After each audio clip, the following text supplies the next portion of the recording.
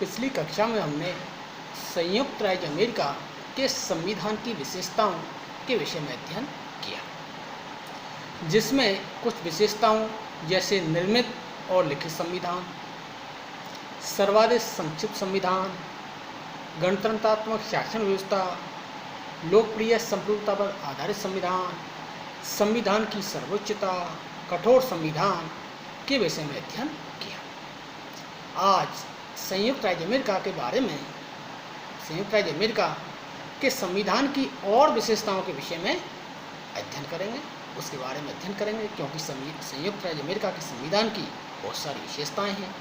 और संयुक्त राज्य अमेरिका के संविधान की अगली विशेषता है संघात्मक शासन प्रणाली, कि संयुक्त राज्य अमेरिका में संघात्मक शासन प्रणाली को अपनाया गया है। सामान्यतः देखें तो लोकतांत्रिक शासन व्यवस्थाओं में शक्तियों के विभाजन के आधार पर शासन प्रणाली के दो प्रकार हैं, एकात्मक शासन प्रणाली और संघात्मक शासन प्रणाली।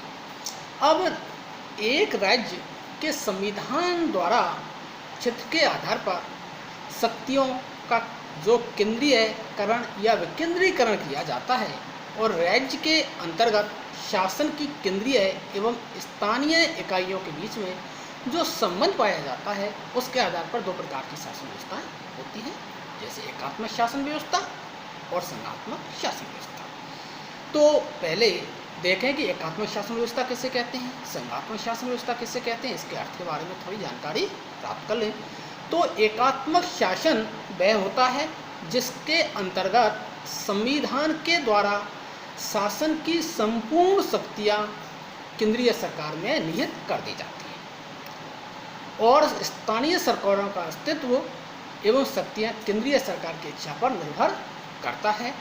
और अर्थात देखें तो जिसमें राज्य की संपूर्ण शासन शक्ति एक केंद्रीय सरकार में निहित होती रहती है और पूरे देश के लिए एक कार्यपालिका, एक व्यवस्थापिका और एक न्यायपालिका होती है। और केंद्रीय सरकार पूरे देश की सरकार होती है और सभी विषयों पर उसकी सत्ता सर्वोपरि रहती है। अब देखें कि एकात्मक शासन में शक्ति विभाजन नहीं की होता है, कि शक्ति विभाजन एकात्मक शासन व्यवस्था में नहीं होता है। शासन की सुविधा के लिए देश के कुछ भागों में बांट दिया जाता है, परंतु ये प्रशासनिक इकाइयाँ संघात्मक शासन के प्रांतों के समान स्वतंत्र या स्वायत्तता संपन्न नहीं होती है और ये केंद्रीय सरकार द्वारा निर्मित की जाती हैं और इनको संपूर्णता अधीन होती है, तो उनकी पूर्णता अधीन रहती हैं।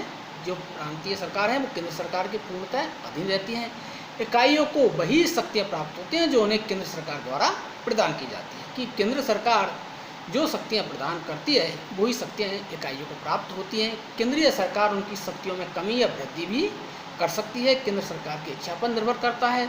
और संक्षिप्त में देखें तो एकात्मक शासन व्यवस्था में संविधान द्वारा समस्त शक्तियाँ केंद्र को दे दी जाती हैं, परंतु केंद्रीय सरकार सुविधा की दृष्टि से कुछ शक्तियाँ घटक प्रांतों या इकाइयों को सौंप देती है। अब वर्तमान में देखें तो कौन कौन से देशों में एकात्मक शासन व्यवस्था पाई जाती है। तो ब्रिटेन में एकात्मक शासन व्यवस्था, हमने पहले भी देखा कि ब्रिटेन के संविधान के अंतर्गत कि एकात्मक शासन व्यवस्था संविधान की विशेषता थी, तो ब्रिटेन में एकात्मक शासन व्यवस्था है।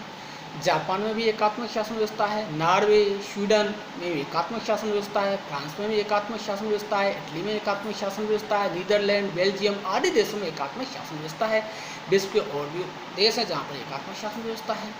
अब एकात्मक शासन व्यवस्था की देखें तो प्रमुख विशेषता है कि संविधान द्वारा शक्तियों का विभाजन नहीं किया जाता, कि एकात्मक शासन व्यवस्था में संविधान के अनुसार संपूर्ण राज्य शक्ति केंद्रीय सरकार में निहित होती है और स्थानीय सरकारों की केंद्र पर निर्भरता भी रहती है और इकहरी नागरिकता पाई जाती है, कि एकात्मक शासन में इकहरी नागरिकता पाई जाती है, एक ही व्यक्ति एक नागरिक होता है और वो राष्ट्र का देश का नागरिक होता है। अब देखते हैं कि संघात्मक शासन व्यवस्था कि संयुक्त राज्य अमेरिका में संघात्मक शासन व्यवस्था है। तो देखते हैं संघात्मक शासन व्यवस्था किसे कहते हैं, कि संघीय शासन शासन व्यवस्था के अंतर्गत एक नवीन देन है और संघ शब्द का जो अंग्रेजी पर्यायवाची फेडरेशन लैटिन भाषा के फेडस से निकला है, कि जो फेडरेशन शब्द है वो लैटिन भाषा के फेडस से निकला है, जिसका अर्थ है संधि या समझौता। अतः देखें तो व्युत्पत्ति की दृष्टि से समझौते द्वारा निर्मित राज्य को, जो समझौते द्वारा निर्मित राज्य को संघ राज्य कहा जा सकता है। संवैधानिक दृष्टि से संघात्मक शासन का तात्पर्य एक ऐसे शासन से होता है जिसमें संविधान द्वारा ही केंद्रीय सरकार और इकाइयों या राज्य सरकारों की भी शक्ति विभाजित कर दी जाती है, कि जो केंद्र सरकार है और राज्य सरकार है उसमें शक्तियों का विभाजन संविधान के द्वारा स्पष्ट रूप से कर दिया जाता है। और देखें तो ऐसा प्रबंध कर दिया जाता है कि इन दोनों पक्षों में से कोई एक पक्ष इस शक्ति विभाजन की व्यवस्था में परिवर्तन न कर सके, उससे संघात्मक शासन कहते हैं। अब देखें वर्तमान में संयुक्त राज्य अमेरिका में संघात्मक शासन व्यवस्था, ये हम उसके संविधान की विशेषताओं के अंतर्गत भी उसका अध्ययन कर रहे हैं। भारत में संघात्मक शासन व्यवस्था है, कनाडा में संघात्मक शासन व्यवस्था है, स्विट्जरलैंड में संघात्मक व्यवस्था है, आदि देशों में संघात्मक शासन व्यवस्था है, और विश्व के और भी देश हैं जिनमें संघात्मक शासन व्यवस्था है। और संघात्मक शासन व्यवस्था की विशेषताओं को देखें तो इसकी प्रमुख विशेषता है कि प्रभुत्व शक्ति का दोहरा प्रयोग, कि संप्रभुता का विभाजन नहीं हो सकता, तरह संघ राज्यों में भी संप्रभुता अविभाज्य होती है, किंतु अभिव्यक्ति अवश्य केंद्र व प्रांत सरकार द्वारा होती है। इस प्रकार स्पष्ट है कि संघात्मक राज्य के अंतर्गत जो इकाइयाँ होती हैं उन्हें अपनी सत्ता संविधान से प्राप्त होती है, न कि केंद्रीय सरकार से, और इकाइयों की स्थिति अधीनस्थ की न होकर समानता की होती है। और संविधान की सर्वोच्चता, कि संघात्मक शासन व्यवस्था में संविधान सर्वोच्च होता है, संघीय शासन समझौते द्वारा स्थापित होता है, और यह समझौता संविधान में निहित होता है, और संविधान में ही इन समझौतों परिवर्तन विधि का भी उल्लेख होता है। और न्यायपालिका की सर्वोच्चता, की सभी संघात्मक राज्यों के अंतर्गत सर्वोच्च न्यायालय की व्यवस्था की जाती है, और उनमें दोहरी नागरिकता पाई जाती है, कि एक केंद्र का नागरिक और दूसरा व्यक्ति उस प्रांत या राज्य का नागरिक जिसमें वो निवास करता है। और शक्तियों का विभाजन भी किया जाता है, कि संघीय शासन व्यवस्था के अंतर्गत संविधान द्वारा केंद्र सरकार व स्थानीय सरकार को भी शक्ति विभाजित कर दी जाती है। तो इस प्रकार से देखा कि संघात्मक शासन व्यवस्था और एकात्मक शासन व्यवस्था का अध्ययन किया, तो हम संयुक्त राज्य अमेरिका के अंतर्गत संघात्मक शासन प्रणाली है, अमेरिका में संघात्मक शासन प्रणाली है, और 1787 में फिलाडेल्फिया सम्मेलन द्वारा निर्मित संविधान के द्वारा संयुक्त राज्य अमेरिका में एक संघ राज्य की स्थापना की गई, और 1787 संविधान द्वारा एक परिसंघ राज्य मंडल की स्थापना की गई थी, किंतु शीघ्र ही परिसंघ की निर्बलता स्पष्ट हो गई, और नवीन संविधान के द्वारा एकता और सुदृढ़ता प्राप्त करने के लिए परिसंघ के स्थान पर संघ को अपनाया गया, फेडरेशन को अपनाया गया। जो 1787 का संविधान था उसमें संघ को संघात्मक शासन व्यवस्था, संघ को फेडरेशन को अपनाया गया।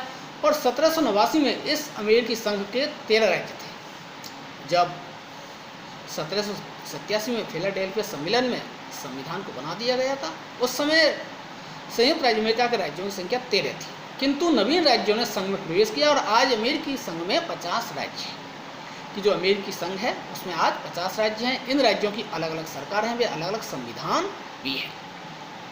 कि संघात्मक शासन व्यवस्था की यही विशेषता है कि दोहरा संविधान, दो होते हैं, एक संघ का संविधान, दूसरा उस प्रांत या राज्य का संविधान। तो वहाँ पर एक संविधान संघ सरकार का है, और प्रत्येक जो राज्य हैं 50 राज्य, उनके अपने अपने अलग संविधान भी हैं। तो संविधान के द्वारा विश्व के प्रथम और पूर्ण संघ राज्य की स्थापना की गई है, और संघ राज्य के सभी प्रमुख लक्षण इसमें विद्यमान हैं। सभी लक्षण मिलते हैं, जैसे देखें कि संघ और राज्यों के बीच शक्तियों का विभाजन किया गया है, कि संघात्मक शासन व्यवस्था की विशेषता होती है कि शक्तियों का विभाजन केंद्र और राज्यों के बीच होना चाहिए। तो संयुक्त राज्य अमेरिका के अंतर्गत भी शक्तियों का विभाजन केंद्र और राज्यों के बीच कर दिया गया है। और संविधान की सर्वोच्चता, की एक संघात्मक शासन व्यवस्था की विशेषता है कि संविधान की सर्वोच्चता। तो अमेरिका के अंतर्गत भी संविधान की सर्वोच्चता को अपनाया गया है, जिसमें हमने संविधान की विशेषताओं के अंतर्गत इनका अध्ययन भी किया, कि संयुक्त राज्य अमेरिका की संविधान की विशेषता है कि संविधान की सर्वोच्चता, संविधान सबसे सर्वोच्च है, सबसे ऊपर है, और कार्यपालिका, व्यवस्थापिका, न्यायपालिका की जो शक्तियाँ प्राप्त करती हैं वो संविधान से ही प्राप्त करती हैं। और संघात्मक शासन व्यवस्था के अनुकूल कठोर संविधान को अपनाया गया है, कि एक संघात्मक शासन व्यवस्था की विशेषता है कि कठोर संविधान का होना आवश्यक है। तो संयुक्त राज्य अमेरिका के अंतर्गत भी कठोर संविधान को अपनाया गया, और इसके बारे में हमने पूर्व में विस्तार से अध्ययन किया कि संयुक्त राज्य अमेरिका का संविधान विश्व का सबसे कठोर संविधान है और राज्यों के 3/4 बहुमत के बिना संविधान में संशोधन नहीं किया जा सकता। और हम देखें आगे अध्ययन करें तो संघ की आवश्यकता के अनुकूल एक सर्वोच्च न्यायालय की स्थापना की गई है कि एक विशेषता है कि संघात्मक शासन व्यवस्था की कि सर्वोच्च न्यायालय होना चाहिए, तो वहाँ पर भी एक सर्वोच्च न्यायालय की स्थापना की गई है। और संघ सरकार तथा राज्य सरकारों के मध्य उत्पन्न होने वाले संवैधानिक विवादों का निर्णय करता है कौन? सर्वोच्च न्यायालय। और अमेरिका में संघीय न्यायालय की 2 विशेषताओं के कारण अत्यधिक महत्वपूर्ण स्थिति प्राप्त है कि अमेरिका में संघात्मक शासन व्यवस्था को अपनाया गया है, बार बार उसका अध्ययन कर रहे हैं। और संघवाद में एक ऐसी सत्ता की आवश्यकता होती है जो केंद्र और इकाइयों में उत्पन्न होने वाले विवादों को हल कर सके कि अगर केंद्र सरकार और राज्य सरकार के बीच कोई विवाद उत्पन्न हो जाए तो उन विवादों का निपटारा करने के लिए एक सर्वोच्च न्यायालय की आवश्यकता होती है। अगर 2 प्रांतों या दो से अधिक राज्यों के बीच कोई विवाद पैदा हो जाए तो उसका निपटारा करने के लिए भी एक सर्वोच्च न्यायालय की आवश्यकता होती है। तो इसके अतिरिक्त देखें तो अमेरिका में संवैधानिक व्यवस्था शक्ति विभाजन के सिद्धांत पर आधारित है। इस व्यवस्था के अंतर्गत व्यवस्थापिका और कार्यपालिका एक दूसरे से पृथक और स्वतंत्र होते हैं और इन दोनों के बीच अधिकार क्षेत्र संबंधी विवाद उत्पन्न हो सकते हैं कि कार्यपालिका और व्यवस्थापिका 2 हैं और उनके बीच क्षेत्राधिकार के मामले में कोई विवाद उत्पन्न हो जाता है तो इन विवादों का निपटारा करने के लिए संघीय न्यायालय, सर्वोच्च न्यायालय जैसी संस्था का होना बहुत आवश्यक है। तो इसलिए संयुक्त राज्य अमेरिका में एक सर्वोच्च न्यायालय की स्थापना की गई है क्योंकि संघात्मक शासन व्यवस्था के सफल संचालन के लिए एक सर्वोच्च न्यायालय का होना अति आवश्यक है, क्योंकि यह सर्वोच्च न्यायालय केंद्र और राज्य के बीच कोई विवाद हो जाता है तो उसका निपटारा करता है, या व्यवस्थापिका और कार्यपालिका की कोई भी विवाद हो जाता है तो उसका निपटारा करता है, या 2 से अधिक राज्यों के बीच कोई विवाद उत्पन्न हो जाता है उसका निपटारा भी सर्वोच्च न्यायालय के द्वारा ही किया जाता है। और संघ के अन्य लक्षण देखें कि दोहरी नागरिकता, तो संयुक्त राज्य अमेरिका में भी दोहरी नागरिकता है। एक व्यक्ति संघ का नागरिक होता है, दूसरा जिस प्रांत में वो निवास करता है उसका भी नागरिक होता है। और संघीय व्यवस्था के 2 सदन में राज्यों को समान प्रतिनिधित्व प्रदान किया गया है कि संयुक्त राज्य अमेरिका में 2 सदन सीनेट है, तो संयुक्त राज्य अमेरिका में 50 राज्य हैं और सीनेट के सदस्यों की संख्या 100 है। और इस प्रकार देखें तो प्रत्येक राज्य से सीनेट के लिए 2 सदस्यों को भेजा जाता है, चाहे वो राज्य बड़ा हो या छोटा हो, तो समान प्रतिनिधित्व प्रदान किया गया है। तो अमेरिकी संघ में राज्यों की शक्तियाँ मौलिक हैं और केंद्र की शक्तियाँ प्रदत्त हैं। केंद्र की शक्तियों का वर्णन संविधान में कर दिया गया है और केंद्र को केवल वही शक्ति प्राप्त हैं, अवशेष शक्तियाँ संविधान ने राज्यों को प्रदत्त की है, प्रदान की है। अब देखें अगली विशेषता देखें कि संयुक्त राज्य अमेरिका के अंतर्गत कि वहाँ पर अध्यक्षात्मक शासन व्यवस्था है कि संयुक्त राज्य अमेरिका के अंतर्गत अध्यक्षात्मक शासन व्यवस्था है। अब देखें कि शासन व्यवस्था अध्यक्षात्मक और संसदात्मक 2 प्रकार की है। तो संसदात्मक शासन प्रणाली किसे कहते हैं, अध्यक्षात्मक शासन प्रणाली किसे कहते हैं, उसके बारे में संक्षिप्त में अध्ययन कर लें तो यह शासन की व्यवस्था है। संसदात्मक शासन प्रणाली यह शासन की व्यवस्था है जिसके अंतर्गत व्यवस्थापिका व कार्यपालिका परस्पर संबंध होती हैं, जुड़ी हुई होती हैं तथा कार्यपालिका व्यवस्था के प्रति उत्तरदायी होती है और कार्यपालिका व्यवस्था के हमें घनिष्ठ संबंध पाया जाता है। और संसदात्मक शासन प्रणाली की जो प्रमुख विशेषताएं देखें तो नाममात्र की और वास्तविक कार्यपालिका में अंतर होता है और व्यवस्थापिका और कार्यपालिका में घनिष्ठ संबंध पाया जाता है। कार्यपालिका कार्यकाल अनिश्चित होता है, प्रधानमंत्री का नेतृत्व होता है, सामूहिक उत्तरदायित्व की भावना होती है, व्यक्तिगत उत्तरदायित्व की भावना होती है, गोपनीयता का सिद्धांत होता है। और संसदात्मक शासन प्रणाली देखें तो भारत, ब्रिटेन, कनाडा, ऑस्ट्रेलिया आदि देशों में संसदात्मक शासन प्रणाली को अपनाया गया है, लेकिन अमेरिका के अंतर्गत अध्यक्षात्मक शासन प्रणाली को अपनाया गया है। और अध्यक्षात्मक शासन प्रणाली में शासन का केंद्र अध्यक्ष या राष्ट्रपति होता है जिसका निर्वाचन प्रत्यक्ष या अप्रत्यक्ष रूप से जनता के द्वारा किया जाता है। और वर्तमान समय में संयुक्त राज्य America, Brazil, Argentina, Chile, Mexico, दक्षिण कोरिया आदि देशों में अध्यक्षात्मक शासन प्रणाली है। तो संयुक्त राज्य अमेरिका में भी अध्यक्षात्मक शासन प्रणाली को अपनाया गया है। और अध्यक्षात्मक शासन प्रणाली की बात करें तो इसमें शक्तियों का पृथक्करण पर आधारित व्यवस्था होती है कि शक्तियों का पृथक्करण किया जाता है। नाममात्र की कार्यपालिका व वास्तविक कार्यपालिका का भेद नहीं होता है, कार्यपालिका कार्यकाल निश्चित होता है। तो इस प्रकार देखें तो संयुक्त राज्य अमेरिका के अंतर्गत संविधान निर्माताओं ने ऐसी शासन व्यवस्था चाहते थे जो प्रजातांत्रिक भी हो और साथ ही सशक्त, स्थायी और मजबूत हो। इसलिए देश में अध्यक्षात्मक शासन प्रणाली की स्थापना की गई। इस प्रकार ब्रिटेन